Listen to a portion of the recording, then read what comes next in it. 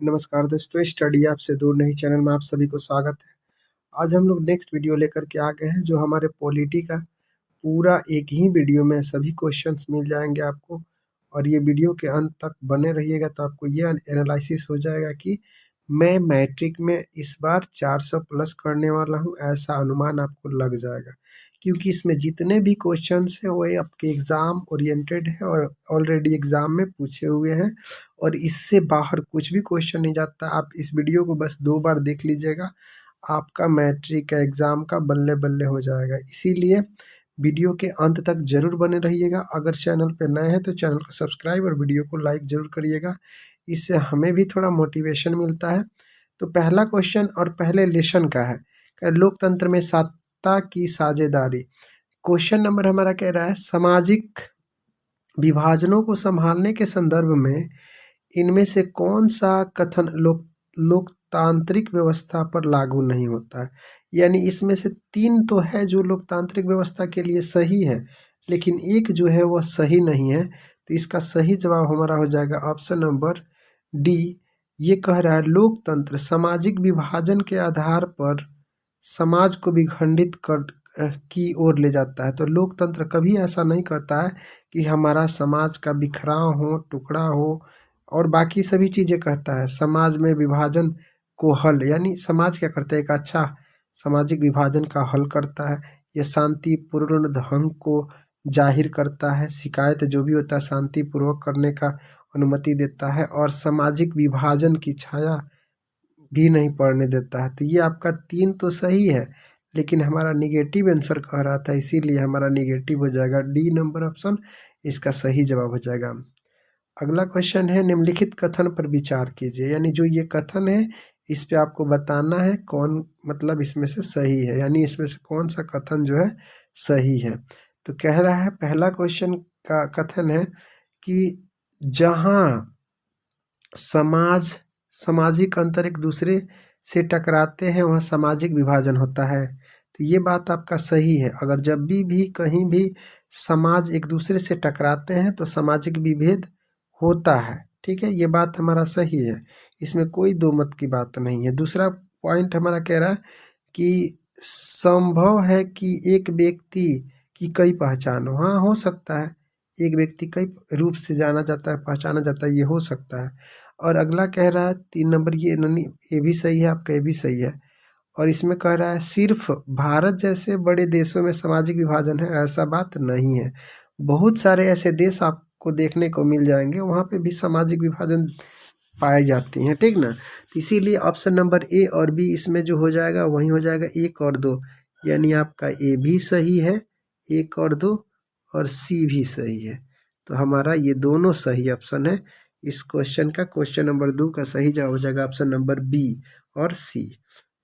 चलिए next question है, आप बुक पढ़िएगा, जब तक आपको पता नहीं रहेगा तब तक क्वेश्चन नहीं कर पाएंगे। इसीलिए कहा जाता है किसी टीचर से पढ़ लीजिएगा तो वो हमेशा क्लियर डाटा देता है, और कभी भी ऐसा आपको समस्या नहीं होगा।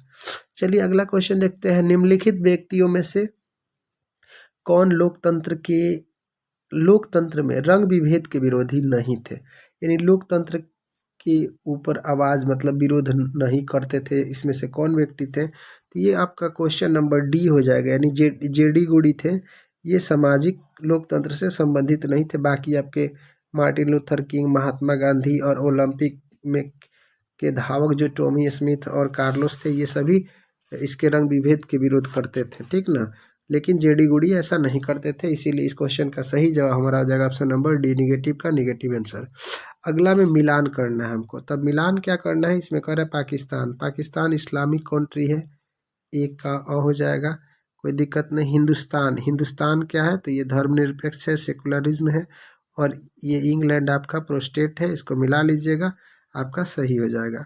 अगला क्वेश्चन है, निम्नलिखित में से 5 नंबर क्वेश्चन कह रहा है कि जब लैंगिक विभाजन की बात करते हैं तो हमारा इससे क्या अभिप्राय है। यानी लैंगिक विभाजन इसमें से कौन सही होता है।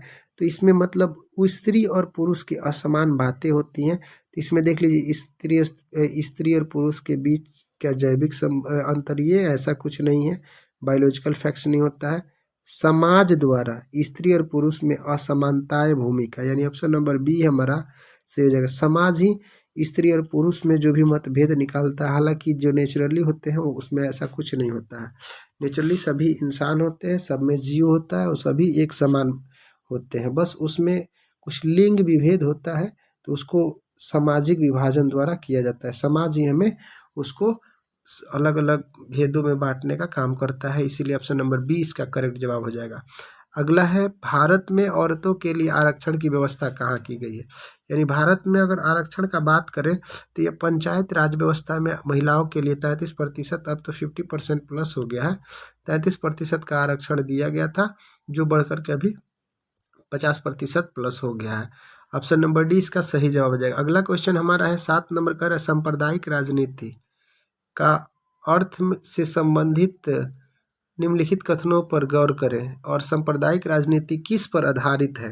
जो सांप्रदायिक राजनीतिक होता है अक्सर मोटे तौर पर अक्सर होते हैं, तो ये अक्सर किससे होता है, तो अपनी श्रेष्ठता को दिखाने के लिए, अपने धर्म की श्रेष्ठता, यानी यहाँ पे ऑप्शन नंबर ए ही हमारा सही हो जाएगा। कह रहा है यह धर्म, एक धर्म दूसरे धर्म को श्रेष्ठ बनाने के चक्कर में क्या हो जाता है, सांप्रदायिक राजनीतिक हो जाती है। आजकल आप लोग बिहार में देखिए रहे हैं, बहुत सारी ऐसी चीज़ें होती आती हैं। हमारे बिहार ही नहीं, भारत में बहुत सारे ऐसे राज्य और जगहों पे ऐसी दंगे फसाद आपको देखने को मिल जाएंगी। अपने ही देश नहीं, औरों देशों में भी बहुत ज़्यादा होते हैं। अगला है, भारतीय संविधान के बारे में कौन सा कथन गलत है। यानी इसमें से कौन सा कथन गलत है, बाकी सब सही होगा। और संविधान के बारे में बात है तो देखिए, कह रहा है कि यह धर्म के आधार पर भेदभाव का मनाही करता है। सही बात है, मनाही करता है, लेकिन हमको तो गलत ढूंढना है। और यहाँ कह रहा है यह धर्म को राजकीय धर्म मानता है, कभी नहीं। अगर धर्म को राजकीय धर्म मानेगा तो उसको धर्मनिरपेक्ष राष्ट्र कह ही नहीं सकते हैं। तो इसका यही हमारा सही आंसर हो जाएगा, आगे हमको देखने की जरूरत नहीं है। अगला, धर्मनिरपेक्ष का क्या अर्थ होता है। धर्मनिरपेक्ष का मतलब ये हो गया कि किसी भी धर्म को ज़्यादा मान्यता नहीं देना। यानी 9 नंबर क्वेश्चन का सही जवाब हो जाएगा सर्वधर्म स्वभाव, यानी जितने भी धर्म है सबका भाव एक ही होना चाहिए, किसी को श्रेष्ठ किसी को हीन नहीं करना, वही होता है धर्मनिरपेक्ष। भारतीय संविधान के बारे में इनमें से कौन सा कथन सही है, यानी संविधान के बारे में कौन सी बातें सही है। तो यह धर्म के आधार पर भेदभाव का मनाही करता है, बात सही है। यानी धर्म के आधार पर नहीं कहता है कि आप किसी से भेदभाव करिए, यही हमारा सही है। अगला क्वेश्चन है, सांप्रदायिक राजनीतिक आधार होती है, यानी सांप्रदायिक राजनीति किसके आधार पर चलती है, तो ये धर्म के आधार पर होती है। ऑप्शन नंबर ए हमारा करेक्ट हो जाएगा। लिच्छवी गणराज्य भारत के किस राज्य में अवस्थित है, तो 12 नंबर क्वेश्चन का सही जवाब हो जाएगा यह बिहार में अवस्थित है। और धर्म को राजनीति के से अलग नहीं किया जा सकता, यह कथन कहने वाले व्यक्ति कौन थे, तो यह हमारे महात्मा गांधी, यानी राष्ट्रपिता महात्मा गांधी का कथन था कि धर्म को कभी भी राजनीति से अलग नहीं किया जा सकता है, उसी के आधार पर, उसी से बेस्ड हो जाएगा ये। अगला है, कृषि कार्य में महिला का भागीदारी कितना है, यानी कृषि कार्य में महिला कितनी अपनी भागीदारिता दिखाती है, तो 40%। अर्थशास्त्र पुस्तक किसने लिखी थी, कौटिल्य, विष्णुगुप्त, आप जो कहिए, इन्हीं का नाम है और शास्त्र इन्हीं के द्वारा लिखा गया है। ऑप्शन नंबर बी करेक्ट जवाब हो जाएगा। अगला क्वेश्चन हम लोग देखेंगे। अगला क्वेश्चन कह रहा है 16 नंबर कि एनक्रूमा कहाँ के राष्ट्रपति थे, यानी एनक्रूमा साहब जो कहाँ के राष्ट्रपति के रूप में चुने गए थे, तो ये आपका ऑप्शन नंबर हो जाता है सी, यानी ये घाना के राष्ट्रपति थे, सही हो जाएगा घाना। निम्नलिखित में से किस समुदाय में ब्रुसेल्स में बहुमत का गठन किया गया था, यानी बहुमत का गठन किया गया था वह डच भाषी समुदाय में था। ऑप्शन नंबर बी इसका करेक्ट जवाब हो जाएगा। 18 नंबर क्वेश्चन है, सरकार के उच्च और निम्न स्तरों के बीच शक्तियों का विभाजन को कहा जाता है, यानी सरकार के उच्च और निम्न की बीच में जो शक्तियां बांटी जाती है उसको क्या कहा जाता है, तो ऊर्ध्वाधर वितरण कहा जाता है। ऑप्शन नंबर सी सही जवाब हो जाएगा। 19 नंबर क्वेश्चन कर रहा है, नेपाल में किस राजा ने प्रजातांत्रिक शासन को स्वीकार करने से इनकार कर दिया था, यानी लोकतांत्रिक शासन व्यवस्था को लागू करने से इनकार करने वाले व्यक्ति यानी राजा कौन थे, तो वो राजा ज्ञानेंद्र थे। ऑप्शन नंबर सी इसका सही जवाब हो जाएगा। और अभी हमारे जो चुनाव आयुक्त ज्ञानेंद्र साहब हैं, काफ़ी चर्चा में है, ये भी याद रखिएगा। समकालीन विश्व में सरकार का सबसे लोकप्रिय रूप क्या है, यानी सरकार का लोकप्रिय रूप देखने को मिलता है ये अक्सर लोकतांत्रिक। ऑप्शन नंबर डी करेक्ट जवाब हो जाएगा। अगला क्वेश्चन कह रहा है निम्नलिखित में से कहाँ सामाजिक विभाजन का आधार भाषा है, यानी सामाजिक विभाजन का आधार भाषा था, कहाँ पे था ये, तो आपका बेल्जियम में था। ऑप्शन नंबर ए करेक्ट हो जाएगा। जनमत पर आधारित शासन है, जनमत पर आधारित शासन कहाँ की है, तो ये आपका ऑप्शन नंबर सी सही हो जाएगा। लोकतंत्र पर ये होता है आधारित शासन। अगला है समदलीय गठबंधन कहाँ बना है, यानी समदलीय गठबंधन की बात करें तो ये नेपाल में देखने को मिल जाएगा। ऑप्शन नंबर डी इसका करेक्ट जवाब हो जाएगा। किस गुण के कारण लोकतंत्र को अन्य शासन प्रणाली से बेहतर माना जाता है, यानी लोकतंत्र को बेहतर मानने का क्या रीजन हो जाता है, तो यहाँ समानता और स्वतंत्रता का पोषण जनमत होता है और मतभेद का सामंजस्य, यानी उपयुक्त सभी हो जाएगा।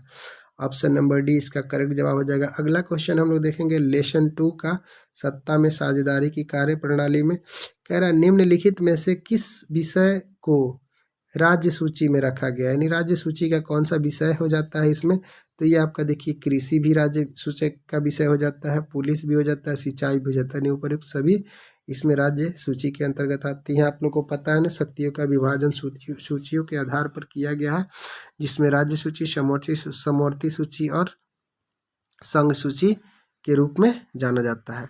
अगला हम लोग देखेंगे 2 नंबर क्वेश्चन कह रहा है कि निम्नलिखित में से कहाँ संघीय प्रणाली नहीं है, यानी संघीय प्रणाली कहाँ नहीं है, तो संघीय प्रणाली कहाँ नहीं है, तो ऑप्शन नंबर इसमें हमारा जाएगा 2 नंबर का बी, यानी चाइना में देखिएगा तो वहाँ पे कम्युनिस्ट चलता है, तो वहाँ पे संघवादी नहीं है। अगला हमारा क्वेश्चन है निम्नलिखित में से किस शहर में नगर निगम की स्थापना हो चुकी है, यानी कौन ऐसा शहर है बिहार का जहाँ पे नगर निगम अभी लागू है, तो ये आपका भागलपुर हो जाएगा। ऑप्शन नंबर ए सही हो जाएगा। सोवियत संघ का विघटन कब हुआ था, यानी सोवियत संघ कब टूटा था, तो 1991 ईस्वी में। ऑप्शन नंबर बी इसका करेक्ट जवाब हो जाएगा। अगला क्वेश्चन है राज्य पुनर्गठन आयोग 1953 का गठन किसकी अध्यक्षता में की गई थी। 5 नंबर क्वेश्चन का सही जवाब हमारा हो जाएगा ऑप्शन नंबर ए, फजल अली आयोग के सिफारिश के समय और उन्हीं के समय में यह गठन किया गया था। ऑप्शन नंबर ए हमारा करेक्ट जवाब हो जाएगा। अगला क्वेश्चन हम लोग देखेंगे 6 नंबर क्वेश्चन कह रहा है पंचायत राज संस्थानों के विघटन की स्थिति कितने समय अंतराल के लिए चुनाव करवाना अनिवार्य हो जाता है। पंचायत राज अगर विघटन हो जाता है तो कितने समय के अंतर्गत चुनाव करवा लेना चाहिए, तो ये हो जाता है 6 माह। ऑप्शन नंबर बी इसका करेक्ट जवाब हो जाएगा। 7 नंबर क्वेश्चन है निम्नलिखित में से किस राज्य में एकात्मक शासन व्यवस्था है। 7 नंबर क्वेश्चन का सही जवाब हो जाएगा इनमें से कोई नहीं, यानी एकात्मक वाला कोई ऐसा इसमें देश नहीं है। ऑप्शन नंबर डी इसका करेक्ट जवाब हो जाएगा। ऑप्शन नंबर डी एकात्मक शासन व्यवस्था, यानी एक ही है, तो सही तो हो जाएगा। यह हमारा ब्रिटेन में भी देखने को मिलता है एकात्मक, और फ्रांस में भी देखने को, चाइना में, ऊपर सभी हो जाएगा। ऑप्शन नंबर डी इसका सही जवाब हो जाएगा। अगला क्वेश्चन हम लोग देखेंगे। अगला क्वेश्चन हमारा कह रहा है कि निम्नलिखित में से क्या भारतीय संघीय व्यवस्था की विशेषता नहीं है, यानी भारतीय संघीय जो विशेषता है व्यवस्था का, इसमें कौन सी नहीं है, तो भारत में देखिएगा तो कौन सी विशेषता नहीं है, तो दोहरी विशेषता है या नहीं, तो 8 नंबर क्वेश्चन में देख लीजिए आप लोग, दोहरी विशेषता नहीं पाई जाती है। 8 नंबर क्वेश्चन, भारत में संघीय व्यवस्था संघ ये पाई जाती है आपकी स्वतंत्र न्यायपालिका भी देखने को मिलता है और लिखित संविधान भी है, लेकिन दोहरी नागरिकता भारत में ऐसा कोई प्रावधान नहीं है। ऑप्शन नंबर डी इसका सही जवाब हो जाएगा। अगला है 9 नंबर क्वेश्चन हम लोग देखेंगे। 9 नंबर क्वेश्चन कह रहा है कि 73वां संवैधानिक संशोधन निम्न में से किससे संबंधित है। जो 73वां संविधान संशोधन हुआ था ये पंचायत राज व्यवस्था से संबंधित था, इसीलिए ऑप्शन नंबर ए इसका करेक्ट जवाब हो जाएगा। अगला क्वेश्चन हम लोग देखेंगे। क्वेश्चन नंबर 10 कह रहा है कि निम्नलिखित में से कहाँ महिलाओं के लिए आरक्षण की व्यवस्था की गई है, यानी महिलाओं के लिए आरक्षण की बात कही गई है तो पंचायत राज व्यवस्था में की गई है। ऑप्शन नंबर सी सही हो जाएगा। निम्नलिखित में किसे नगर का प्रथम नागरिक माना जाता है? प्रथम नगर का नागरिक माने जाने वाले व्यक्ति कौन होते हैं? तो महापौर होते हैं। ऑप्शन नंबर सी इसका सही जवाब हो जाएगा। अगला क्वेश्चन देखेंगे हम लोग। नेक्स्ट क्वेश्चन हमारा 10 नंबर क्वेश्चन कह रहा है कि निम्नलिखित में से कहाँ महिलाओं के लिए आरक्षण है? तो पंचायत राज व्यवस्था हो जाता है। अगला है निम्न में से किसे नगर का प्रथम नागरिक माना जाता है? प्रथम नागरिक माना जाता है किसे? तो ये आपका हो जाता है महापौर। ऑलरेडी ये बता चुके थे, थोड़ा सा डिस्टर्ब हो जाने की वजह से वीडियो को मैंने पॉज कर दिया था और इसके लिए हमें क्षमा कीजिएगा। अगला है 12 नंबर क्वेश्चन। संविधान की 11वीं अनुसूची का संबंध किससे है? यानी संविधान का जो 11वीं अनुसूची है ग्राम पंचायत से संबंधित है, जो 73वें संविधान संशोधन के तहत इसे जोड़ा गया था। 13 नंबर क्वेश्चन है स्थानीय स्वशासन को राज्य के नीति निर्देशक सिद्धांतों के किस अनुच्छेद में स्थान दिया गया है? 13 नंबर क्वेश्चन का सही जवाब हो जाएगा अनुच्छेद 40। ऑप्शन नंबर सी करेक्ट जवाब हो जाएगा। अगला क्वेश्चन है मुखिया के विरुद्ध अविश्वास प्रस्ताव पारित करने के लिए कितने बहुमत की आवश्यकता होती है? यानी अगर आपके इलाके का मुखिया है तो उसके खिलाफ अगर कोई ऐसा विश्वास प्रस्तावित करना है तो ज़्यादा नहीं, ये 2/3 बहुमत काफ़ी है। 2/3 बहुमत से उस पर कुछ क्लेम कर सकते हैं, अविश्वास पारित कर सकते हैं। 15 नंबर क्वेश्चन है बिहार में एक नगर निगम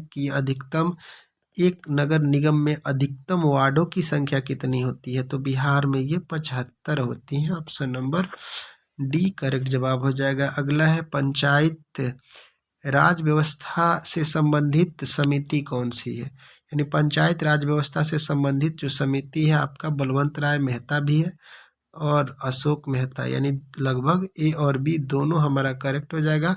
बलवंत राय मेहता समिति और अशोक मेहता समिति ये दोनों पंचायत राज व्यवस्था की बात करती हैं।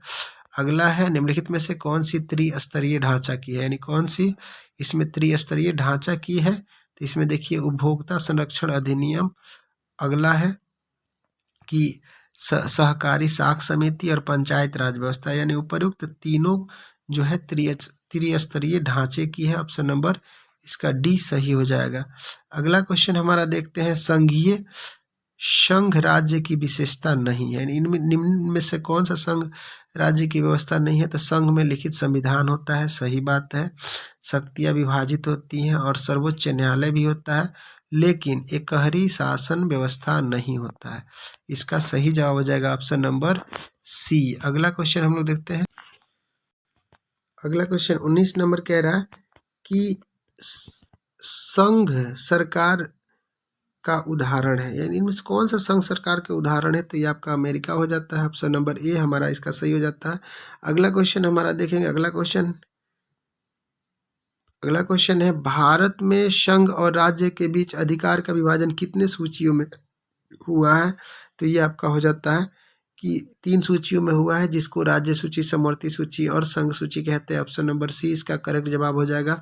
अगला है सत्ता में साझेदारी सही है, क्योंकि सत्ता में साझेदारी क्यों सही है? तो ये बात इसलिए सही है क्योंकि विभिन्न समुदायों के बीच टकराव कम होता है, इसीलिए सत्ता में साझेदारी जरूरी है, नहीं तो हमेशा एक दूसरे से लड़ते रहते। अगला क्वेश्चन है संवाद लोकतंत्र के अनुकूल है, क्योंकि संवाद इसलिए जरूरी है क्योंकि संघवाद इस बात की व्यवस्था करती है कि उस शासन व्यवस्था के अंतर्गत रहने वाले लोग आपसी सौहार्द और विश्वास करते रहेंगे और उन्हें इस बात का भय नहीं रहेगा कि भाषा, संस्कृति और धर्म उन पर लादे जाएंगे। इसीलिए ऑप्शन नंबर 22 का बी सही हो जाएगा। अगला है सत्ता में भागीदारी की सर्वोच्च प्रणाली कहाँ विकसित हुई है? 23 नंबर क्वेश्चन का सही जवाब हो जाएगा हमारा ये बेल्जियम में हुआ है। ऑप्शन नंबर सी करेक्ट जवाब हो जाएगा। अगला क्वेश्चन हम लोग देखेंगे। अगला क्वेश्चन नंबर हमारा कह रहा है कि बेल्जियम में सत्ता में की भागीदारी का संदर्भ सही बयान क्या है? यानी सत्ता में साझेदारी का सही बयान क्या है? तो ये कहता है संघीय शासन व्यवस्था अपना करके देश को भाषा के आधार पर टूटने से बचाना, इसीलिए इसकी भागीदारी बेल्जियम से ली गई है। अगला क्वेश्चन है 25 नंबर क्वेश्चन कह रहा है कि सत्ता में साझेदारी की आवश्यकता कहाँ पड़ती है, यानी सत्ता में साझेदारी करने की आवश्यकता कहाँ पड़ती है। तो ये आपको क्षेत्र में देखने को मिलेगा, भाषा और जाति के आधार पर बटे समाज में देखने को मिलता है। ऑप्शन नंबर ए इसका करेक्ट जवाब हो जाएगा। संघीय शासन व्यवस्था में सरकार होती है, यानी संघीय शासन व्यवस्था में सरकार कैसी होती है, तो इसमें बहुत सारे दल होते हैं, बहुदलीय। और भारत में देखिएगा दल बहुत सारे हैं, बहुत सारे पार्टी अपना सदस्य बनाए हुए हैं। अगला है लोकतंत्र में निर्वाचन हेतु सीटों की संख्या कितनी होती है। लोकतंत्र में अगर निर्वाचन कराना है तो सीटें कितनी होती हैं, तो भारत में 543 सीटों पे चुनाव होता है, ऐसे तो 550 है। अगला है अधिकतम सीटों की संख्या 550 है। 28 नंबर क्वेश्चन समवर्ती सूची में किसे रखा गया, यानी समवर्ती सूची में किसे रखा गया, तो केंद्र और राज्य दोनों शक्ति बना सूची अपना शक्तियों का प्रदर्शन करने के लिए है, यानी दोनों शक्तियों को बांट करके यानी राज्य और केंद्र दोनों को रखा गया है। अगला क्वेश्चन हमारा है कि कौन से संशोधन अधिनियम द्वारा सरकार का तीसरा स्तर बनाया गया था, यानी तीसरा स्तर बनाने का कौन सा संशोधन था, तो 73वां संविधान संशोधन पंचायत राज व्यवस्था, यानी ऑप्शन नंबर 20 सही हो जाएगा। निम्नलिखित में से कौन सा पंचायत राज व्यवस्था का दूसरा स्तर है, यानी त्रिस्तरीय है, तो दूसरा स्तर कौन होता है, यानी ग्राम पंचायत हो जाता है, प्रखंड हो जाता है और जिला समिति हो जाता है। तो इसमें से कौन सा आपका कह रहा है कि दूसरा स्तर कौन सा है। 30 नंबर क्वेश्चन का सही जवाब हो जाएगा हमारा ये पंचायत समिति हो जाता है। पहला ग्राम पंचायत, दूसरा पंचायत समिति और तीसरा जिला पंचायत हो जाता है, ठीक ना। चलिए अगला क्वेश्चन हमारा है कि पंचायत राज व्यवस्था सर्वप्रथम किस राज्य में लागू किया गया था, यानी सबसे पहले पंचायत राज व्यवस्था किस राज्य में लागू किया गया था, तो ये आपका राजस्थान के नागौर जिला में, ऑप्शन नंबर ए सही हो जाएगा। ग्राम कचहरी का प्रधान कौन होता है, यानी ग्राम कचहरी का प्रधान कौन होता है, तो ये सरपंच साहब होते हैं। सरपंच तो निकल लिए, वहीं आप लोग सुने ना सरपंच साहब होते हैं। भारत में किस प्रकार की शासन प्रणाली है, यानी भारत में अगर देखा जाए 33 नंबर क्वेश्चन का सही जवाब हो जाएगा हमारा ऑप्शन नंबर बी, यानी संघीय संसदीय प्रणाली वाली व्यवस्था भारत में पाई जाती है। बिहार में पंचायत राज व्यवस्था का कार्यकाल है, यानी पंचायत राज व्यवस्था कितना समय तक कार्य करती है, तो 5 वर्षों के लिए। पटना नगर निगम के प्रधान को क्या कहा जाता है, यानी पटना जो नगर निगम बना है तो इसके प्रधान क्या कहलाएंगे, महापौर कहलाएंगे। ऑप्शन नंबर ए सही हो जाएगा। अगला क्वेश्चन है हमारा पंचायत राज व्यवस्था के त्रिस्तरीय स्वरूप कौन नहीं है, यानी 3 तो है इसमें से, लेकिन एक कौन नहीं है, तो आपका नगर निगम नहीं है, बाकी सब पहला, दूसरा और तीसरा, यानी त्रिस्तरीय है। तो पहला होता है ग्राम पंचायत, पंचायत समिति और जिला परिषद हो जाता है। अगला 37 नंबर कि भारतीय संविधान की 8वीं अनुसूची कितने भाषाओं को स्थान दी हुई है, अपनी 8वीं अनुसूची में कितने भाषाओं का जिक्र किया गया है, तो 22 भाषा का जिक्र किया गया है, ठीक ना। अगला क्वेश्चन हम लोग देखेंगे भारत में पहला नगर निगम कहाँ बना था, यानी भारत में पहला नगर निगम बनने वाला जगह कौन सा था, तो ये मुंबई का मद्रास था, यानी चेन्नई में बना था नगर निगम ये पहला, इसीलिए 38 का बी नंबर सही हो जाएगा। पंचायत राज व्यवस्था को संवैधानिक दर्जा किस संविधान संशोधन द्वारा दिया गया था, यानी पंचायत राज व्यवस्था कई बार क्वेश्चन पूछ दिए। 73वां संविधान संशोधन के तहत पंचायत राज व्यवस्था को संवैधानिक दर्जा दिया गया था। अगला है निम्नलिखित में से कौन नगर नियोजन का स्रोत नहीं है, नगर नियोजन का स्रोत निम्नलिखित में से कौन नहीं है। 40 नंबर क्वेश्चन का सही जवाब जाएगा ये आयकर जो है नगर निगम का स्रोत नहीं है। 41 नंबर निम्न में से कौन सा पंचायत राज व्यवस्थापिका सभा है, यानी पंचायत राज व्यवस्था का जो सभा है ये आपका पंचायत कौन होता है, ग्राम सभा। ऑप्शन नंबर ए हो जाएगा। 42 नंबर राज्यपाल की नियुक्ति कौन करता है, जो राज्यपाल साहब होते हैं उनकी नियुक्ति कौन करता है, तो ये राष्ट्रपति के प्रसाद व्रत होते हैं, राष्ट्रपति इनका चयन करते हैं, नियुक्ति करते हैं। स्थानीय स्वशासन के राज्य नीति निर्देशक सिद्धांत किस अनुच्छेद में है, यानी किस अनुच्छेद में यह है, तो आपका हो जाता है अनुच्छेद ऑप्शन नंबर बी, यानी अनुच्छेद 40 में इसका जिक्र मिलता है। 43 का बी हो जाएगा सही जवाब। अगला है 44 नंबर क्वेश्चन ग्राम कचहरी में मुद्दे सुलझाए जाते हैं, यानी ग्राम कचहरी में जो मुद्दे आते हैं उसे सुलझाने का काम कौन करता है, तो ये आपके दीवानी मामले करते हैं लोग। और फौजीदारी मामले ये ग्राम कचहरियों में सुलझाया जाता है। चलिए अगला क्वेश्चन है कि ग्राम पंचायत का प्रधान कौन होता है। यानी ग्राम पंचायत का, नगर निगम का तो आपको महापौर पता चल गया, लेकिन ग्राम पंचायत में जो आपके प्रधान होंगे वे कौन होते हैं, तो ये आपके हो जाते हैं मुखिया साहब। आपके इलाके के जो मुखिया साहब होते हैं वही प्रधान होते हैं। 46 नंबर क्वेश्चन है, भारत में प्रथम नगर निगम कहाँ स्थापित किया गया था। यानी भारत का बात करें तो प्रथम नगर निगम वाला जगह कौन सा था, तो ये कोलकाता था। नगर निगम के लिए कोलकाता था, पंचायत राज व्यवस्था के लिए राजस्थान। ठीक ना। चलिए नेक्स्ट क्वेश्चन हम लोग देखते हैं। क्वेश्चन नंबर, अगला क्वेश्चन है 47 नंबर क्वेश्चन। 47 नंबर क्वेश्चन कह रहा है कि भारत में अनुसूचित भाषाएं होती, सॉरी, भारत के अनुसूचित भाषाओं की संख्या कितनी भाषाएं हैं, तो ये 47 नंबर क्वेश्चन का सही जवाब जाएगा ये 22 भाषाएं हैं। भारत के अनुसूचियों में भाषाओं की संख्या कितनी है, तो 22, ऑप्शन नंबर सी इसका सही जवाब हो जाएगा। 48 नंबर क्वेश्चन है, निम्नलिखित में से कौन राज्य सूची का विषय है। निम्नलिखित में से कौन सा राज्य सूची का विषय है, तो 48 नंबर क्वेश्चन का जो है कानून व्यवस्था जो है ये आपका राज्य सूची के विषय है। बाकी सभी आपके संघ और समवर्ती सूची का विषय हो जाता है। 49 नंबर क्वेश्चन है, बिहार के किस जिले में सर्वप्रथम नगर निगम की स्थापना की गई थी। 49 नंबर क्वेश्चन का सही जवाब जाएगा ये पटना में नगर निगम की स्थापना की गई थी, ऑप्शन नंबर डी सही हो जाएगा। अगला है क्वेश्चन नंबर, संविधान सभा का गठन कब हुआ था। यानी संविधान सभा का गठन कब किया गया था, तो ये 1946 में, नवंबर 1946 में इसका गठन किया गया था। अगला क्वेश्चन है, जिला परिषद के कार्यकाल कितने वर्ष का होता है। यानी जो जिला परिषद होते हैं, 51 नंबर क्वेश्चन का, ये सभी का कार्यकाल जो है 5 वर्षों का होता है। ऑप्शन नंबर सी बी इसका सही जवाब हो जाएगा। अगला है 52 नंबर क्वेश्चन, निम्नलिखित में से कौन नगर निगम का प्रमुख होता है। नगर निगम का प्रमुख का बात करें तो ये आपके हो जाते हैं महापौर। नगर निगम यानी पटना नगर निगम के महापौर हो जाते हैं। अगला क्वेश्चन है, निम्न में से कौन सा विषय समवर्ती सूची में शामिल है। समवर्ती सूची में शामिल विषय कौन सा हो जाता है, तो ये शिक्षा जो होता है, दोनों इस पर समवर्ती सूची का मतलब होता है केंद्र और राज्य दोनों मिलकर के कानून बना सकते हैं शिक्षा पर।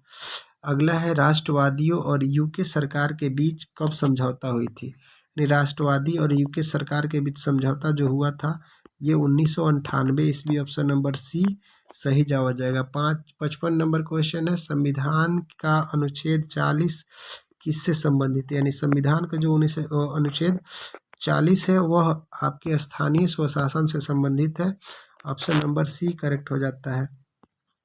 56 नंबर, वेस्ट इंडीज में संघ की स्थापना कब की गई थी। यानी वेस्ट इंडीज में संघ की स्थापना कब की गई थी, तो 1958 में की गई थी, ऑप्शन नंबर ए इसका सही जवाब हो जाएगा। अगला क्वेश्चन है 57 नंबर, निम्नलिखित में से कौन संघ के एक साथ आने का उदाहरण नहीं है। यानी संघ के आने का एक साथ उदाहरण नहीं है, तो आपका भारत हो जाता है, अपना प्यारा भारत, ऑप्शन नंबर ए सही हो जाएगा। निम्नलिखित में से कौन एकात्मक शासन व्यवस्था है। यानी कहाँ पे आपका एकात्मक शासन व्यवस्था पाई जाती है, तो ये आपके इंग्लैंड हो जाता है, ऑप्शन नंबर बी करेक्ट जवाब है। स्थानीय स्वशासन को संविधान के किस अनुच्छेद में स्थान दिया गया है। यानी स्थानीय स्वशासन को संविधान के 40 में स्थान दिया गया, ऑप्शन नंबर सी करेक्ट जवाब हो जाएगा। हिंदी के अलावा अन्य कितनी भाषाओं को संविधान के द्वारा अनुसूचित भाषा के रूप में शामिल किया गया है। अनुसूचित भाषा के रूप में शामिल किया गया। 60 नंबर क्वेश्चन का सही जवाब हो जाएगा ये 21 भाषाएं और हैं।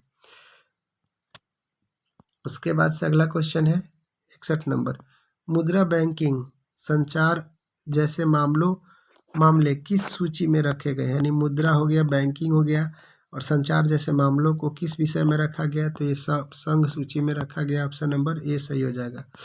निम्न में से किसकी नियुक्ति राज्य सरकार करती है। इनमें से कौन ऐसे हैं जिसका नियुक्ति राज्य सरकार के द्वारा किया जाता है, तो ये आपके नगर आयुक्त हो जाएंगे, ऑप्शन नंबर सी करेक्ट जवाब हो जाएगा। जो एक गठबंधन है, यानी गठबंधन की सरकार बनाने की संभावना किस व्यवस्था में होती है, यानी कौन सी ऐसी व्यवस्था होती है जिसमें गठबंधन का सरकार बनाया जाता है? तो 63 नंबर आप लोग को पता ही है, बहुदलीय व्यवस्था। ये भारत में अक्सर भारत के बिहार वाले राज्य में बहुत बहुत ज़्यादा होता है, लेकिन इस बार का जो चुनाव हुआ है विधानसभा का, इसमें ऐसा नहीं लग रहा है, क्योंकि बीजेपी का सरकार बना हुआ है और बीजेपी ने पूर्ण बहुमत का सरकार बनाया है। चलिए नेक्स्ट क्वेश्चन है 64 नंबर क्वेश्चन। कार्यपालिका पदाधिकारी की नियुक्ति कहाँ की जाती है? यानी कार्यपालिका जो है उसकी पदाधिकारी जो होते हैं उसका नियुक्ति कहाँ किया जाता है? तो ये नगर परिषद में किया जाता है। ऑप्शन नंबर डी इसका सही जवाब हो जाएगा। अगला है क्वेश्चन नंबर 65, कह रहा है कि संविधान की 12वीं अनुसूची का संबंध किससे है? यानी 65 नंबर का सही जवाब हो जाएगा हमारा नगर पालिका क्षेत्र से संबंधित है। अगला क्वेश्चन है 66 नंबर, संविधान सभा का गठन कब किया गया था? यानी संविधान सभा का गठन कब किया गया था? तो ये हो जाएगा 1946 में। ऑप्शन नंबर बी इसका सही जवाब हो जाएगा।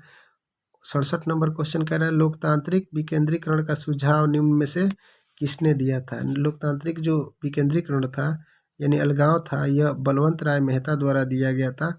ऑप्शन नंबर ए इसका सही जवाब हो जाएगा। अगला, निम्नलिखित में से कौन संवैधानिक संशोधन नगरीय स्वशासन से संबंधित है? नगरीय स्वशासन से संबंधित शासन व्यवस्था वाला है 74वां जो है आपका। ऑप्शन नंबर बी करेक्ट हो जाएगा। 69 नंबर, समवर्ती सूची के विषय पर कानून बनाने का अधिकार किसे होता है? यानी जो समवर्ती सूची है उस पर कानून कौन बनाएगा? तो राज्य और केंद्र दोनों बनाते हैं। ऑप्शन नंबर सी इसका सही जवाब हो जाएगा। 70 नंबर, सरपंच का निर्वाचन कौन करता है? यानी जो सरपंच साहब होते हैं उनका निर्वाचन ग्राम सभा के सदस्य द्वारा किया जाता है। ऑप्शन नंबर ए सही जवाब हो जाएगा। अगला क्वेश्चन है किस देश में संघात्मक शासन व्यवस्था नहीं है? यानी दिए गए ऑप्शन में कौन ऐसा देश है जहाँ पे संघ शासन व्यवस्था नहीं है? तो ये आपका चाइना हो जाएगा। Option number B. 72 number question, निम्न में से किस देश में प्रत्यक्ष लोकतंत्र पाया जाता है? प्रत्यक्ष मतलब डायरेक्ट लोकतंत्र पाया जाता है स्विट्जरलैंड में। ऑप्शन नंबर ए सही हो जाएगा। आपातकाल की घोषणा कौन करता है? यानी आपातकाल अगर जब लगता है तो इसकी घोषणा करने वाले हमारे राष्ट्रपति होते हैं। और ऑप्शन नंबर ए इसका सही जवाब हो जाएगा। लेसन 3 कह रहा है लोकतंत्र में प्रतिस्पर्धा और संघर्ष, यानी लोकतंत्र में कंपटीशन और जो आगे बढ़ने की नीति है उसके बारे में देखना है। 1 नंबर क्वेश्चन कह रहा है निम्नलिखित में से कौन सा दबाव समूह नहीं है? दबाव समूह ऐसे समूह को कहते हैं जो सरकार द्वारा अपने कार्य करवाने का काम करता है। तो देखिए ये आपका जो है पार्टी है, भारतीय राष्ट्रीय कांग्रेस क्या है? एक पार्टी है। ये दबाव समूह का काम नहीं करती है और बाकी सभी जो है ये दबाव समूह का कार्य करती हैं। अगला 2 नंबर, लोक जनशक्ति पार्टी का गठन किसने किया था? यानी लोक जनशक्ति पार्टी जो है इसका गठन करने वाले व्यक्ति कौन है? तो इसका सही जवाब हो जाएगा आपका Ramvilas Paswan. Option number A सही जवाब हो जाएगा। अगला क्वेश्चन है बिरजू जनता दल किस राज्य से संबंधित है? यानी बिरजू जनता दल जो है किस राज्य में है? तो ये उड़ीसा में है। ऑप्शन नंबर सी इसका सही जवाब हो जाएगा। अगला क्वेश्चन है शेतकारी संगठन कहाँ स्थापित है? शेतकारी संगठन जो है आपका महाराष्ट्र में है। ऑप्शन नंबर इसका डी हो जाएगा सही। अगला क्वेश्चन हम लोग देखते हैं। क्वेश्चन नंबर 5 हमारा कह रहा है कि शिरोमणि अकाली दल किस राज्य की राजनीतिक दल है? यानी ये आप किस राज्य की राजनीतिक दल है जो शिरोमणि अकाली दल? तो पंजाब का हो जाता है। ऑप्शन नंबर सी करेक्ट जवाब हो जाएगा। अगला क्वेश्चन है भारतीय लोकतंत्र में सत्ता के विरुद्ध जन आक्रोश किस दशक में प्रारंभ हुआ था? यानी जनता डायरेक्ट सत्ता के विरुद्ध आवाज़ उठाई थी, तो ये कब हुआ था? तो 1970 के दशक में इंदिरा गांधी का सरकार उस समय था और इसी समय जन आक्रोश हुआ था। ऑप्शन नंबर बी इसका करेक्ट जवाब हो जाएगा। अगला क्वेश्चन है निम्नलिखित यानी निम्न में से किसके विरुद्ध चिल्ली में जन संघर्ष हुआ था? यानी चिल्ली में जन संघर्ष किसके विरुद्ध हुआ था? तो ये आपका सैनिक तानाशाह के विरुद्ध हुआ था। ऑप्शन नंबर बी सही हो जाएगा। 8 नंबर, नेपाल में लोकतंत्र की स्थापना कब की गई थी? यानी नेपाल पहले क्या था? राजतंत्र था। उसके बाद से इसमें लोकतंत्र की स्थापना कब की गई थी? तो 2008 में, यानी 2006 में लागू किया गया था, लेकिन 2008 में पूर्ण रूप से लोकतंत्र घोषित कर दिया गया, चुनाव हो गया।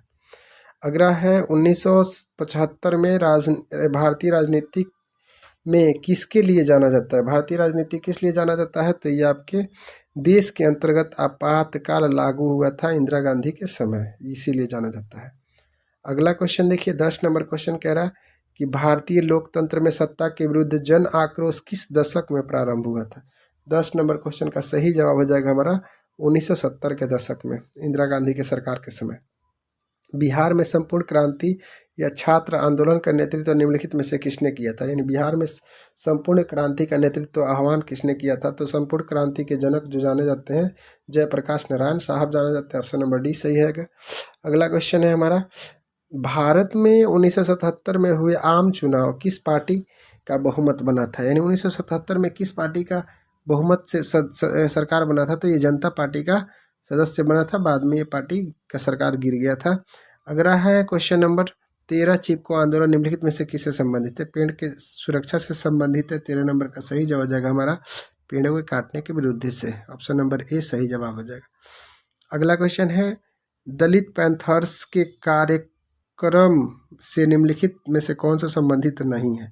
14 नंबर का सही जवाब हो जाएगा ये जाति का उन्मूलन नहीं था, ऑप्शन नंबर ए नहीं होगा, बाकी सभी सही था।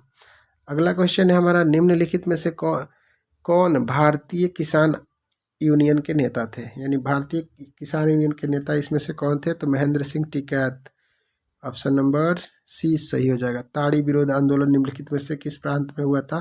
तो ताड़ी विरोध वहीं हुआ था जहाँ पे आपका चिपको आंदोलन हुआ था, ठीक ना, और उसी समय वहीं के महिलाओं द्वारा किया गया था, और उसी समय काल में हुआ था, लेकिन ये आंध्र प्रदेश में हुआ था। ऑप्शन नंबर सी करेक्ट हो जाएगा। चलिए अगला क्वेश्चन है हमारा 17 नंबर क्वेश्चन का, निम्नलिखित में से कौन राष्ट्रीय राजनीतिक दल नहीं है? यानी कौन इसमें से राष्ट्रीय राजनीतिक दल नहीं है? बाकी सब राजनीतिक पार्टियां हैं। तो समाजवादी पार्टी जो है राष्ट्रीय पार्टी नहीं है, बाकी सभी आपका भारतीय जनता पार्टी हो गया, भारतीय कम्युनिस्ट पार्टी हो गया, बहुजन समाज पार्टी, ये सभी दल हैं, लेकिन समाजवादी पार्टी नहीं है। सूचना के अधिकार आंदोलन की शुरुआत कहाँ से हुई थी? यानी सूचना information right to information RTI का मतलब शुरुआत कहाँ से किया गया था? तो 18 नंबर क्वेश्चन का सही जवाब हो जाएगा ये राजस्थान से हुआ था, ऑप्शन नंबर ए करेक्ट जवाब हो जाएगा। सूचना के अधिकार संबंधित कानून बना है, यानी सूचना के अधिकार राइट टू इन्फॉर्मेशन कानून कब बना है? तो यह आपका 2005 में बना है और राजस्थान में सबसे पहले लागू हुआ था। नेपाल में सप्तदलीय संगठन का मुख्य उद्देश्य क्या था? यानी नेपाल में एक 7 दलों का सदस्य बना था और इसका मुख्य मोटिव क्या था, उद्देश्य क्या था? तो लोकतंत्र को स्थापित करना, यानी लोकतंत्र स्थापित किया गया 2008 में। बोलीविया में जन संघर्ष का मुख्य कारण क्या था? यानी बोलीविया में जो जन संघर्ष हुआ था, जन आंदोलन हुआ था, तो ये पानी की कीमत में जब वृद्धि हो गया था, इसीलिए ये आंदोलन हो गया था। ऑप्शन नंबर 21 का ए सही हो जाएगा। श्रीलंका कब आज़ाद हुआ? यानी श्रीलंका को कब आज़ादी मिला था? तो ये 1948 में मिला था, बी नंबर सही हो जाएगा। राजनीतिक दल का आशय है, राजनीतिक दल का क्या आशय है? तो इस क्वेश्चन का सही जवाब हो जाएगा 23 नंबर क्वेश्चन का सही जवाब ये व्यक्तियों के समूह से। 24 नंबर, निम्नलिखित में से कौन सा समूह, कौन सा प्रमुख उद्देश्य प्रायः सभी राजनीतिक दलों का होता है? यानी जो राजनीतिक दलें होती हैं उनका मुख्य क्या उद्देश्य होता है? तो सत्ता को प्राप्त करना। उसके लिए जो चाहे जो बन बड़े कर लेते हैं, जितना झूठ बोलना, जितना फेंकना है फेंक लेते हैं, क्योंकि उन्हें सत्ता ही चाहिए। उन्हें किसी की जातिगत और किसी के व्यक्तिगत लाभ फायदा से कोई मतलब नहीं रहता। किसी का नुकसान हो या भाड़ में जाए उससे कोई मतलब नहीं। वो अपने सत्ता पे बस अपनी ही रोटी सेकना चाहते हैं। 25 नंबर क्वेश्चन का, राजनीतिक दलों की नींव सर्वप्रथम किस देश में पड़ी थी? यानी ये राजनीतिक दलों की नींव जो पड़ी थी आपके ब्रिटेन में पड़ी थी, ऑप्शन नंबर ए सही हो जाएगा। अगला क्वेश्चन, निम्नलिखित में से किसे लोकतंत्र का प्राण कहा जाता है? लोकतंत्र का प्राण जो है राजनीतिक दलों को कहा जाता है। 27 नंबर क्वेश्चन, निम्नलिखित में से कौन सा कार्य राजनीतिक दल का नहीं है? राजनीतिक दल का इसमें से कौन सा कार्य नहीं है? 27 नंबर क्वेश्चन का सही जगह अफसरों की बहाली करना, ये राजनीतिक दलों का कार्य नहीं है। 28 नंबर, निम्नलिखित में से कौन सा विचार लोकतंत्र में राजनीतिक दलों से मेल नहीं खाता? राजनीतिक दलों से मेल न खाने वाला विचार कौन सा हो जाता है? तो ऑप्शन नंबर इसका ये देख लीजिए, ये जो है ऑप्शन नंबर सी, देश के विकास के लिए सरकारी नीतियों में राजनीतिक दल को बाधा उत्पन्न करना, ये उससे मेल नहीं खाता, बाकी सभी करेक्ट है। अगला देखते हैं हम लोग। अगला स्लाइड हमारा है क्वेश्चन नंबर 29 कह रहा है कि किस देश में बहुदलीय व्यवस्था नहीं है, यानी कौन ऐसा देश है जहाँ पे बहुत सारे दल की सरकार नहीं पाई जाती है। तो ये आपके ब्रिटेन हो जाता है ऑप्शन नंबर ए। यहाँ पे बस एक ही पार्टी आपको देखने को मिलेगा, बाकी ज़्यादा नहीं देखने मिलेगा। भारत में बहुत सारे हैं, कुकुरमुत्ते यानी मशरूम की तरफ पार्टियाँ मिल जाएंगी आपको। अगला है कि गठबंधन की सरकार बनने की संभावना किस प्रकार के दलीय व्यवस्था में होता है। तो ये दूसरा बार क्वेश्चन आया है। बहुदलीय व्यवस्था में ही गठबंधन का सरकार बनता है, बाकी सब में देखने को नहीं मिलता ये सभी चीज़ें। किस देश में राजनीतिक स्थायित्व के लिए निम्नलिखित में से क्या, यानी किसी भी देश में राजनीतिक स्थायित्व के लिए निम्नलिखित में से क्या आवश्यक नहीं है, यानी किसे राजनीतिक स्थायित्व बनाने के लिए ज़रूरत कौन नहीं है। तो इसका हो जाता है इसमें सरकार द्वारा विरोध दलीय को नज़रअंदाज करना, ये उन लोगों के लिए कोई फ़र्क नहीं पड़ता ऑप्शन नंबर, बाकी सभी उसको प्रभावित करते हैं। ऑप्शन नंबर डी करेक्ट जवाब हो जाएगा। अगला क्वेश्चन है निम्नलिखित में से कौन सी चुनौती राजनीतिक दलों की नहीं है, कौन सी इसमें से चुनौती है जो राजनीतिक दलों के लिए नहीं है। तो ये आपके विपरीत सिद्धांत रखने वाले राजनीतिक दलों का गठन करना, ऑप्शन नंबर सी डी इसका करेक्ट जवाब हो जाएगा। अगला नंबर क्वेश्चन देखते हैं हम लोग 33 नंबर क्वेश्चन, दल बदल कानून निम्नलिखित में से किस पर लागू होता है, यानी दल बदल कानून जो है यह किस पर लागू किया जाता है। 33 नंबर ये सांसद और विधायकों पर। नहीं, ये ऐसा होता है ना, जीतते हैं किसी और पार्टी से, चले जाते हैं किसी और पार्टी में, इसीलिए उन लोगों के लिए उस समय जब सरकार बनाने में बहुत दिक्कत आती थी, इसीलिए दल कानून जो 10वीं आर्टिकल है उसमें रख करके इसे रख दिया गया।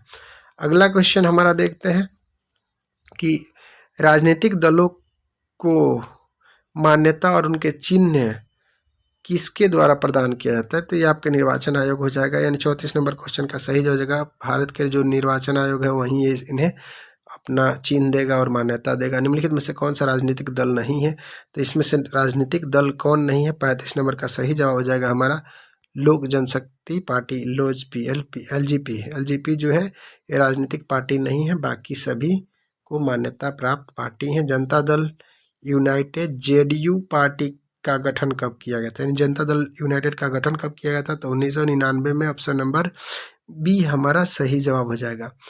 गठबंधन सरकार की पकड़ प्रशासन पर होती है, मजबूत होती है या ढीला होती है। तो ये ढीली होती है, क्योंकि अगर एक आदमी नकल कसेगा तो दूसरा ढील पड़ जाएगा, इसीलिए गठबंधन का सरकार उतनी मजबूत नहीं होती है। अगला क्वेश्चन है हमारा निम्नलिखित में से किसी विशेष राज्य का दर्जा प्राप्त है, यानी कौन ऐसा है राज्य है जिसे विशेष राज्य का दर्जा प्राप्त है। तो 38 नंबर क्वेश्चन का सही जवाब हमारा हो जाएगा जम्मू कश्मीर। अब नहीं है, क्योंकि यहाँ से 370 हटा दिया गया है, इसे कोई विशेष मान्यता प्रदान अब नहीं किया गया है अभी। अगला है निम्नलिखित में से किस स्थिति में लोकतंत्र की सफलता के लिए सबसे बड़ी आवश्यकता है, यानी बड़ी आवश्यकता किसकी हो जाती है। तो ये हो जाता है मजबूत जनमत का, यानी जब एक तरफा सरकार बनता है तो इससे बहुत ज़्यादा फायदा होता है। वर्तमान में नेपाल की शासन प्रणाली क्या है, नेपाल में कौन सी शासन व्यवस्था है अभी। तो ये आपका हो जाता है लोकतंत्र शासन व्यवस्था है 2008 से ही। अगला क्वेश्चन है भारतीय जनता पार्टी की स्थापना कब किया गया था, यानी भारतीय बीजेपी की स्थापना कब किया गया था। तो ये आपका हो जाएगा 1980 में, ऑप्शन नंबर बी इसका सही जवाब हो जाएगा। अगला क्वेश्चन हम लोग देखेंगे 42 नंबर, भारतीय जनता पार्टी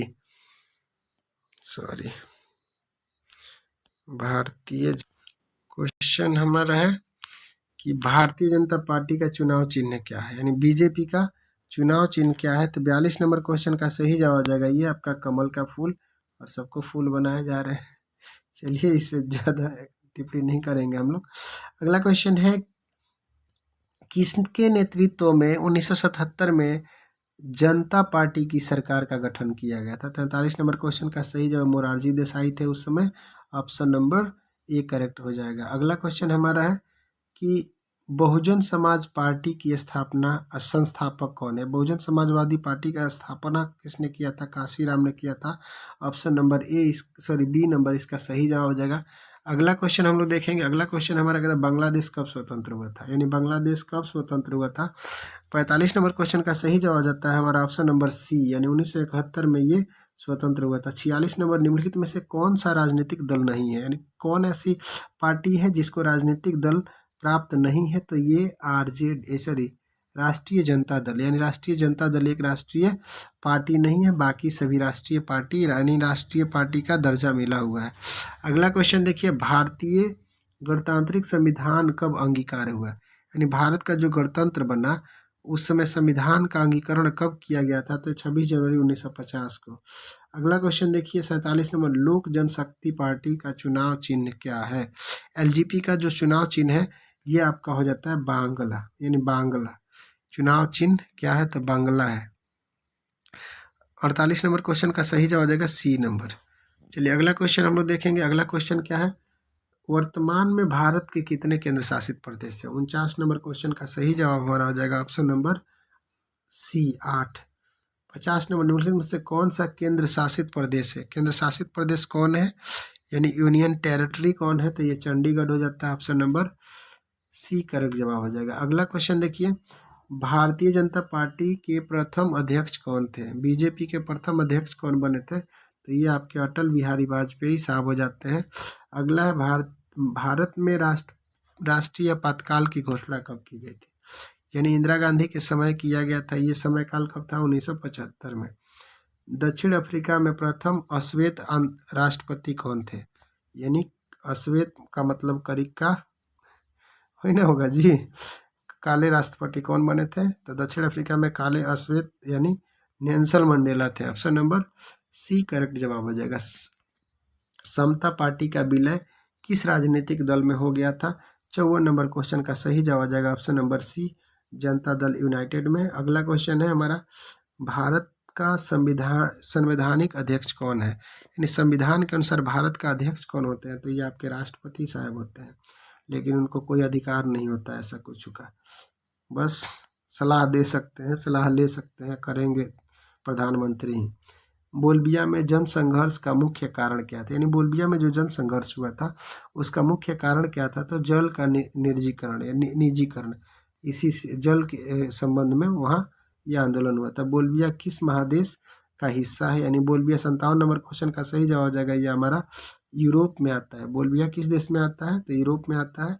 अगला क्वेश्चन देखेंगे, क्वेश्चन नंबर 58 हमारा कह रहा है कि बिहार में सर्वप्रथम नगर निगम का स्थापना कहाँ किया गया था, तो ये आपका पटना में हो जाएगा। ऑप्शन नंबर डी करेक्ट हो जाएगा। चिपको आंदोलन का प्रवर्तक कौन थे, सुंदरलाल बहुगुणा साहब थे, उत्तराखंड से संबंधित है। अगला क्वेश्चन है, सिंगापुर कब आज़ाद हुआ था, यानी सिंगापुर को आज़ादी कब मिला था, तो ये हो जाएगा आपका 1965। ऑप्शन नंबर डी 60 का सही जवाब हो जाएगा। 61 नंबर क्वेश्चन कह रहा है कि दलित पैंथर्स नामक संगठन का संबंध किस राज्य से है। 61 नंबर क्वेश्चन का सही जवाब हमारा हो जाएगा ऑप्शन नंबर बी, महाराष्ट्र। भारतीय कम्युनिस्ट पार्टी की स्थापना का श्रेय किसे जाता है, यानी भारतीय कम्युनिस्ट पार्टी के संस्थापक के रूप में कौन जाने जाते हैं, तो ये आपके S.A. डांगे साहब हो जाएंगे। ऑप्शन नंबर सी। बांग्ला किस राजनीतिक दल का चुनाव चिन्ह है, या बांग्ला जो है आपका एलजेपी का है, यानी 63 नंबर का सही जवाब आ जाएगा ऑप्शन नंबर लोक जनशक्ति पार्टी। अगला है क्वेश्चन नंबर, आंग सान सू की का संबंध किस देश से है, यानी आंग सान सू की जो है आपके म्यांमार से संबंधित है। ऑप्शन नंबर बी सही हो जाएगा। साइकिल किस पार्टी का चुनाव चिन्ह है, यानी साइकिल छाप जो है किस पार्टी का है, तो ये समाजवादी पार्टी का है। ऑप्शन नंबर बी करेक्ट हो जाएगा। अगला चलते हैं हम लोग, निम्न में से किस देश में एक दलीय प्रणाली है, यानी एक ही दल पाया जाता है, कम्युनिस्ट वाला कोई देश होगा जैसे आपका चाइना। Option number A. निम्नलिखित में से किसे लोकतंत्र का प्राण कहा जाता है, यानी जो लोकतंत्र का प्राण के नाम से जाना जाता है, ये आपके राज्य का नीति निर्देशक तत्व यानी संविधान का अनुच्छेद भाग 4 में है। अगला क्वेश्चन है, राजनीतिक दल की नींव सर्वप्रथम किस देश में पड़ी थी, यानी राजनीतिक दल का जो नींव पड़ा था ये आपका ब्रिटेन में पड़ा था। ऑप्शन नंबर ए सही हो जाएगा। अगला क्वेश्चन हम लोग देखेंगे, कह रहा है कि 1974 में जनसंघर्ष को किस नाम से जाना जाता है, यानी जो 1974 में जन संघर्ष हुआ था उसे किस नाम से जाना जाता था, तो संपूर्ण क्रांति। और संपूर्ण क्रांति के आह्वानकर्ता कौन थे, तो जयप्रकाश नारायण साहब थे। चिपको आंदोलन का प्रारंभ कहाँ से हुआ था, तो ये आपका चिपको आंदोलन जो हुआ था उत्तराखंड से हुआ था। ऑप्शन नंबर ए इसका सही जवाब हो जाएगा। भारत का सबसे पुराना राजनीतिक दल कौन सा है, यानी भारत के सबसे पुराना राजनीतिक दल जो है भारतीय राष्ट्रीय कांग्रेस है। ऑप्शन नंबर सी इसका सही जवाब हो जाएगा। हम लोग 4 नंबर क्वेश्चन देखते हैं। 4 नंबर लेसन का क्वेश्चन देखते हैं। इसमें 1 नंबर क्वेश्चन कह रहा है निम्नलिखित में से कौन सा एक कथन लोकतांत्रिक व्यवस्था के अनुरूप नहीं है, यानी लोकतंत्र के हक में कौन सा इसमें से नहीं है, तो आपका बहुसंख्यक का शासक, यानी बहुसंख्यक का शासक ये ऐसा शब्द नहीं है, बाकी सभी ठीक है। ऑप्शन नंबर डी सही हो जाएगा। लोकतांत्रिक व्यवस्था ने निम्नांकित किन मुद्दों पर सफलता पाई है, यानी लोकतंत्र ने किन मुद्दों पर सफलता पाई है। 2 नंबर क्वेश्चन का सही जवाब हो जाएगा। यह बहुमत, समूह और अल्पसंख्यकों के व्यवहार के लिए पाई है, यानी एक व्यवहार करती हैं, यही इसमें समानता पाई गई है। अगला क्वेश्चन है आज दुनिया के लगभग कितने देशों में लोकतंत्र विद्यमान है, यानी अगर ये बात पूछा जाए तो ये बहुत ही इम्पोर्टेंट क्वेश्चन हो जाता है। लगभग 100 देश है और 100 देशों से अधिक देशों में ये लोकतंत्र व्यवस्था पाई जाती है। ऑप्शन नंबर ए हो जाएगा। अगला क्वेश्चन है लोकतंत्र में चुनाव में भाग लेने और अपने प्रतिनिधि को चुनने का अधिकार किसे है, यानी उस व्यक्ति को अधिकार होगा जिसके पास जनता होंगी, यानी जनता ही तो चुनाव करेंगी ना। ऑप्शन नंबर बी करेक्ट हो जाएगा। किसने फैसले में व्यक्तिगत पूर्वाग्रहों की अधिकता रहती है, यानी व्यक्तिगत फैसला लेने के लिए पूर्वाग्रह किसमें रहता है, तो ये क्वेश्चन नंबर हमारा 5 का सही जवाब हो जाएगा। ऑप्शन नंबर सी गैर लोकतांत्रिक में। अगला क्वेश्चन है लोकतंत्र के परिणामों के मूल्यांकन का सही आधार क्या है। 6 नंबर क्वेश्चन का सही जवाब हो जाएगा ये विविधता के साम्राज्य। ऑप्शन नंबर सी सही हो जाएगा। अगला किस व्यवस्था के फैसले में व्यक्तिगत लोकतंत्र के परिणामों के संदर्भ का सही कथन नहीं, कौन सा है, 7 नंबर का सही हो जाएगा। ऑप्शन नंबर सी लोकतंत्र में विविधता का सामंजस्य को समझ में लाना। अगला है बिहार में पंचायत राज व्यवस्था है, यानी बिहार में कैसी पंचायत राज व्यवस्था है, तो 3 स्तरीय। ऑप्शन नंबर सी करेक्ट हो जाएगा। अगला बिहार में पंचायत राज व्यवस्था में महिलाओं के लिए कितनी सीटें आरक्षित है, तो ये हो जाता है आपका 50%। Option number A. भारत में मतदाता होने की न्यूनतम आयु क्या है, तो ये आपका 18 वर्ष हो जाएगा, वो मतदान कर सकता है। भारत का ये हो जाता है आपका। अगला क्वेश्चन हम लोग देखेंगे कि भारतीय संविधान के अनुच्छेद 19 में देश के सभी नागरिकों को कौन सा मूल अधिकार दिया गया है, तो 11 नंबर क्वेश्चन हमारा बहुत ही इम्पोर्टेंट क्वेश्चन है और इसका सही जवाब हमारा हो जाता है ऑप्शन नंबर ए, यानी स्वतंत्रता का अधिकार दिया गया है। लोकतंत्र में उपाधियों के सबसे अधिक सहायता, यानी उपलब्धियों में सबसे अधिक सहायता क्या है, तो लोकतंत्र में उपलब्धियों में सहायता के लिए सबसे ज़्यादा विकास जरूरी है। ऑप्शन नंबर ए सही हो जाता है। इसलिए इस चैप्टर का यानी पॉलिटी का सबसे लास्ट चैप्टर हमारा है लोकतंत्र में चुनौती, और इससे क्वेश्चन आपको जरूर देखने को मिलेगा 3 से 4 क्वेश्चन। इसीलिए आप लोग ऐसा नहीं कि स्किप करके देखते जाइएगा, ऑप्शन जरूर देखिएगा, क्वेश्चन पढ़िएगा जरूर। चलिए कह रहे हैं 2024 में कौन सा लोकसभा का चुनाव हुआ था, यानी जो 2024 का चुनाव हुआ था लोकसभा का, तो इसमें कौवा लोकसभा चुनाव था, तो ये आपका 18वीं लोकसभा चुनाव था। 1 का ऑप्शन नंबर सी सही हो जाएगा, जिसमें मोदी जी का सरकार बना हुआ है। सामाजिक विभाजन को हल करने का सबसे अच्छा तरीका क्या है, तो इसका सही जवाब हो जाएगा लोकतांत्रिक जो व्यवस्था है सबसे बेहतर व्यवस्था है। 3 नंबर क्वेश्चन का सही जवाब देखिए निम्नलिखित में से कह रहा है कि लोकतंत्र की सफलता निर्भर करती है, यानी लोकतंत्र की सफलता किस पर निर्भर करती है, तो ये नागरिकों के विवेकपूर्ण सहभागिता, यानी नागरिक जो अपने विवेकपूर्ण यानी बुद्धि से जो सहभागिता लेते हैं उस पर डिपेंड करता है। 15वीं लोकसभा चुनाव के पूर्ण लोकतंत्र में महिलाओं की भागीदारी कितनी थी, यानी 15वीं लोकसभा चुनाव थी, उस समय महिलाओं की भागीदारी कितनी प्रतिशत थी? तो ये 10% थी। ऑप्शन नंबर ए सही हो जाता है। अगला क्वेश्चन है, लोकतंत्र जनता का, जनता द्वारा जनता के शासन, यह कथन किसने दिया था? तो अब्राहम लिंकन द्वारा यह कथन दिया गया था। For the people, of the people, by the people, for the people.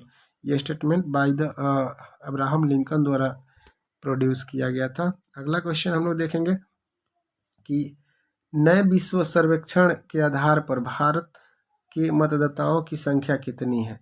यानी 6 नंबर क्वेश्चन का सही जवाब आ जाएगा 71 करोड़। उसके बाद से अगला है, क्षेत्रवाद की भावना का एक कुपरिणाम है। यानी क्षेत्रवाद की भावना का कुपरिणाम क्या होता है? तो ये आपका हो जाएगा अलगाववाद। ऑप्शन नंबर डी हो जाएगा। अगला क्वेश्चन है, लोकतंत्र के मार्ग में सबसे बड़ी बाधा क्या है? तो सबसे बड़ी बाधा जो है अशिक्षा है। ना लोग शिक्षित रहेंगे और ना लोकतंत्र की चीज़ों को समझ पाएंगे। ये सरकार की नीतियाँ हैं, हमेशा से रही है। दुनिया के कितने हिस्सों में अभी भी लोकतांत्रिक शासन व्यवस्था नहीं है? तो ये हिस्से आपके हो जाते हैं लगभग 1/4। ऑप्शन नंबर बी इसका करेक्ट जवाब हो जाएगा। अगला क्वेश्चन हम लोग देखेंगे 10 नंबर, भारतीय लोकतंत्र में कितने अंग है? 10 नंबर क्वेश्चन का सही जवाब हो जाएगा हमारा 3 अंग है। अपर, लोअर, मिडिल, यानी हो जाता है लोकसभा, राज्यसभा और आपके प्रधान राष्ट्रपति। निम्नलिखित में कौन लोकतांत्रिक अंग है? कौन लोकतांत्रिक अंग है? 11 नंबर क्वेश्चन का सही जवाब आ जाएगा ये भारत और ये ब्रिटेन और अमेरिका, ये तीनों लोकतांत्रिक अंग है। अगला क्वेश्चन है, भारत में सर्वोच्च न्यायालय के मुख्य न्यायाधीश की नियुक्ति कौन करता है? तो मुख्य न्यायाधीश की नियुक्ति करता है संसद। ऑप्शन नंबर सी करेक्ट जवाब हो जाएगा। अगला क्वेश्चन है, भारत में किस तरह की लोकतांत्रिक व्यवस्था की गई है? भारत में जो लोकतांत्रिक व्यवस्था है वह आपका अप्रत्यक्ष रूप से है। अगला क्वेश्चन है, निम्नलिखित में से कौन से राज्य की विशेषता नहीं है? यानी राज्य की विशेषता क्या नहीं है? तो जनता होना चाहिए, संप्रभुत्व होना चाहिए और सरकार होना चाहिए। तो ये आपका डी नंबर सही हो जाएगा इसका। इनमें सभी विशेषता राज्य के विशेषता है, बाकी डी नंबर हमारा इसका करेक्ट जवाब हो जाएगा। 16वीं लोकसभा में महिला की कितनी प्रतिशत भागीदारी थी? यानी कितनी प्रतिशत भागीदारी थी? 15 नंबर क्वेश्चन का सही जवाब हो जाएगा 61%। 16वीं लोकसभा चुनाव किस वर्ष हुआ था? यानी 16वीं लोकसभा चुनाव जो हुआ था आपका 2014 में हुआ था। उस समय मोदी जी का पहली बार सरकार बनी थी। 17वीं लोकसभा चुनाव किस वर्ष हुआ था? तो जो 16वीं हुई थी 14 में, तो 5 जोड़ दीजिए, उसके बाद से 17वीं लोकसभा आपकी 19 हो जाएगी और 17वीं 18वीं जो हुई थी आपके 9/5/14 2024 में। 15वीं लोकसभा चुनाव में महिलाओं की भागीदारी कितनी प्रतिशत थी? तो ये लगभग 10% थी, यानी 10.86% रही थी। अगला है, सरकार का कौन सा प्रकार सबसे अच्छा माना जाता है? तो सरकार का कौन सा प्रकार है? तो लोकतांत्रिक प्रकार है। लोकतंत्र में सफलता की चुनौती क्या है? तो लोकतंत्र में सफलता की चुनौती अशिक्षा है। अगला क्वेश्चन है हमारा, आज़ादी के समय से ही किस देश में सरकार को लोकतंत्र स्वरूप है? यानी 21 नंबर क्वेश्चन का सही जवाब हमारा आ जाएगा भारत। ऑप्शन नंबर डी इसका सही जवाब आ जाएगा। भारत का 22वां राज्य कौन सा था? यानी भारत का 22वां राज्य जो है सिक्किम बना था। ऑप्शन नंबर सी करेक्ट हो जाएगा। अगला है, निम्न में से क्या क्षेत्रवाद की भावना का एक कुपरिणाम है? 23 नंबर क्वेश्चन का सही जवाब हो जाएगा ये अलगाववाद है। मेघालय किस राज्य को काट करके बनाया गया था? यानी मेघालय को किस राज्य से बनाया गया था? तो यह असम से निकाल करके मेघालय को बनाया गया था। और उम्मीद करते हैं कि ये लास्ट क्वेश्चन था और लास्ट क्वेश्चन तक आपको समझ में आया होगा, क्योंकि इसमें जितने भी प्रश्न थे बहुत ही ज़्यादा इम्पोर्टेंट थे और VVI थे, एग्ज़ाम ओरिएंटेड थे और एग्ज़ाम में पूछे हुए थे और इससे बाहर आने भी नहीं जा रहा है। इसीलिए आपसे उम्मीद है कि वीडियो को अंत तक ज़रूर देखिएगा। एक बार में नहीं क्लियर हो पाएगा तो 1-2 बार देख लीजिएगा, जिससे आपको सभी टॉपिक क्लियर हो जाए और आप एग्ज़ाम में झंडा गाड़ के आए। ठीक है, चलिए मिलते हैं नेक्स्ट वीडियो में। Thank you for the watching. जय हिंद दोस्तों।